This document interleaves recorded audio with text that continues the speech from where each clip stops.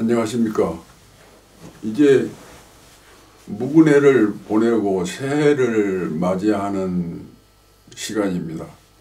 이번 주 강의가 금년의 마지막 강의가 되는데, 한승원의 글쓰기 비법 여러분들이 성스럽게 여기고 잘 받아들여줘서 고맙습니다. 여러분들이 그 호응이 있어야 제가 즐거움이 더 나서 더 강의를 잘하게 됩니다. 앞으로 많은 그 호응을 해 주시기 바랍니다. 그러면 이 시간 강의를 시작하겠습니다.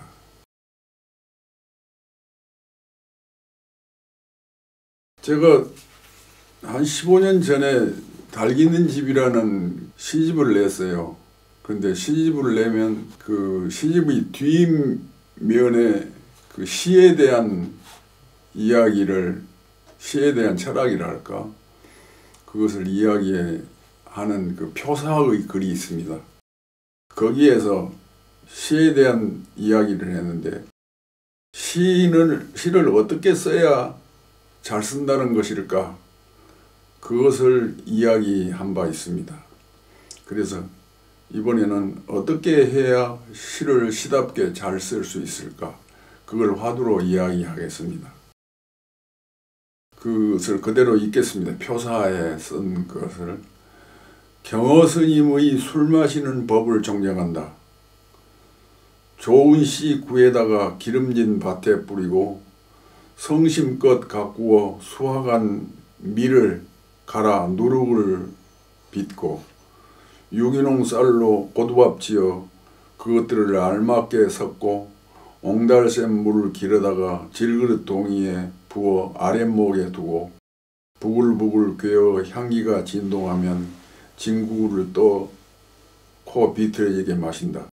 이거 아주 짧은 글인데, 이것은 전에 한 강의에서 이미 인용한 바 있고 그것에 대한 이야기를 한 바 있는데, 이것은 다시 해도 부족하다. 더 새로운 이야기가 덧붙여져야 된다.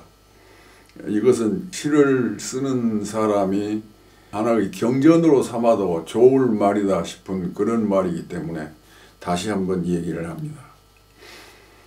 가령 시를 쓸 때 어떤 선생은 그런 얘기를 합니다. 한 편의 시를 썼으면, 가령 구름에 대한 시를 썼으면 그 구름에 대한 한 편의 시로 만족할 게 아니라 그 구름에 대한 시를 연작으로 한번 써봐라. 같은 주제를 가지고 연작으로 한번 써봐라. 가령 한 10편 연작으로 쓴다. 그러면 그 시가 같은 제목으로 쓰는데 그 시가 각자 개성을 가지고 아주 훌륭한 시여야 합니다. 같은 제목으로 같은 주제로 연작 시를 쓴다면 첫째는 의미론을 생각하면서 쓸 수 있습니다.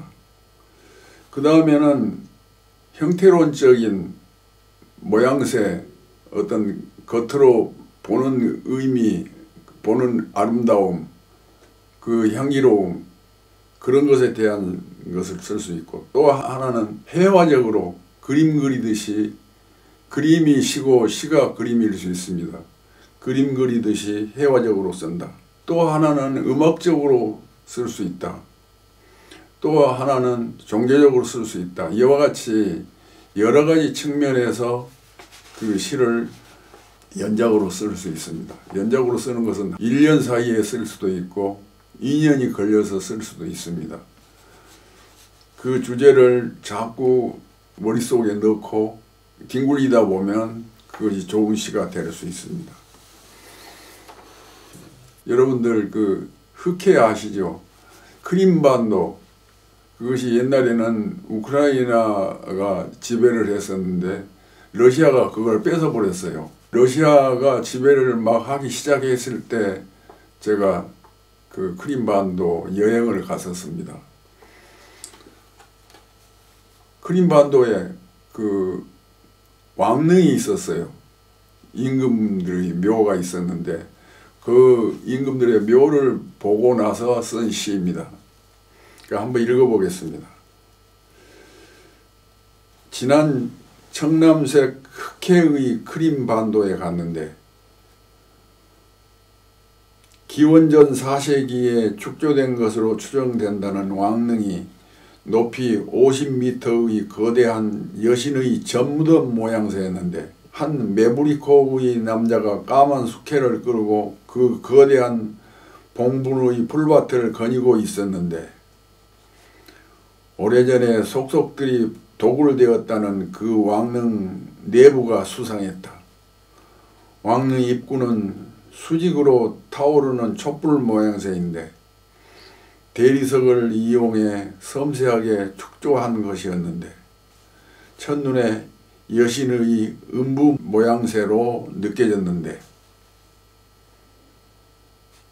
그 내부는 기다란 질 같은 통로였는데 그 안쪽의 관이 놓여 있었다는 자리는 동그랬고 천정은 도명이었는데 그곳은 여자의 자궁의 아기집 모양새가 완연했는데 애초에 왕릉을 시공한 자는 왜 왕의 시신을 안치할 그 무덤을 임신한 여신의 불루간 배와 자궁 모양새로 형상화했을까? 혹시 왕이 그렇게 설계해 놓고 시공을 명하지 않았을까? 왕이 죽기 전에 자기 무덤을 이렇게 해라 그러고 설계를 해 놓고 죽지 않았을까? 이런 생각까지 여러 가지 생각을 하게 했던 왕릉이었습니다.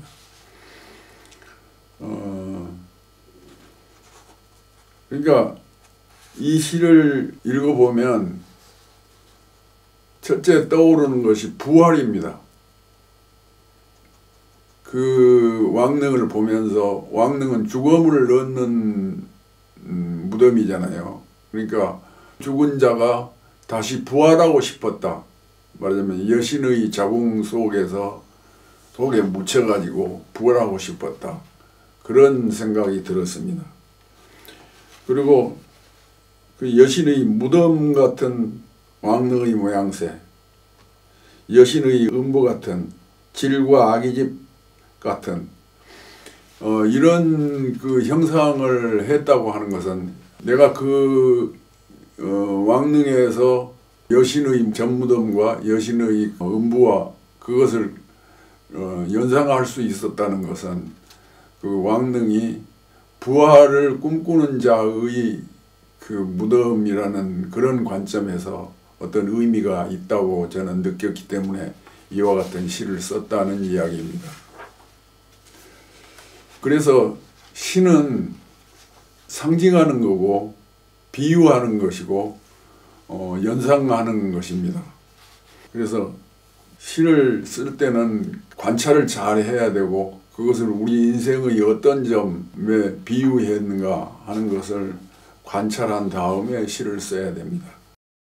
제가 희망이라는 시를 쓴 적이 있는데 그 시를 한번 읽어보도록 하겠습니다. 희망이라는 시는 어떤 의미로 쓰여졌는가? 그것은 무지갯빛 씨앗이다. 희망이 말이죠. 거듭되는 실패로 인한 동짓달 긴긴 밤의 터널 같은 절망 속에서 엎치락 뒤치락하며 그리운 가슴에 서리서리 담기는 기다림의 속살 같은 희망. 그러니까 희망이라는 말은 없습니다. 그렇다. 그것은 거듭나기 또 하나의 창세기의 빛이다. 캥거루의 자궁에서 갓 나온 핏덩이 새끼가 아기 주머니 속의 젖꼭지를 찾아 털의 숲을 헤치며 나아가는 썩은 댄잎 쌓인 땅에서 뼈조름이 얼굴을 내미는 왕소나무 씨앗의 앙증스러운 눈 같은 그것은 희망이라는 제목을 떠올리면서 이 글을 읽으면 좋겠습니다. 이제 마지막 연입니다. 새바람에 쫓겨온 검은 구름장들이 목마른 대지와 결핍으로 시달리는 자들의 도시에 빗줄기를 퍼붓기 위해 어차어차 황진이에게 달려가는 서화담의 펄럭이는 도포자락처럼 들판을 건너고 산을 넘어 달리며 또다시 한번 해보자고 천둥소리처럼 울려주는 모든 죽어가고 있는 것들의 차가운 가슴에 작은 흰물새 같은 손을 얹어 새 숨을 터나게 해주는 여신의 뜻이다.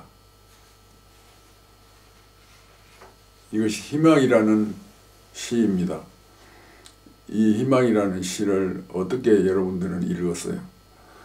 시를 쓸 때는 경어가 술을 마시듯이 그냥 있으면 마시고 없으면 안 마시는 그런 것이 아니라 술을 한 잔 마시기 위해서 처음부터 준비해서 술을 빚은 다음에 그것이 부글부글 괴서, 그러니까 시가 우리들 가슴 속에서 부글부글 괴도록 잘 시를 담가 가지고 그와 같이 생산을 해낸다, 그런 얘기입니다.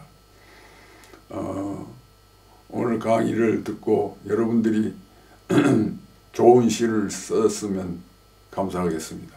오늘 강의 마치겠습니다. 감사합니다.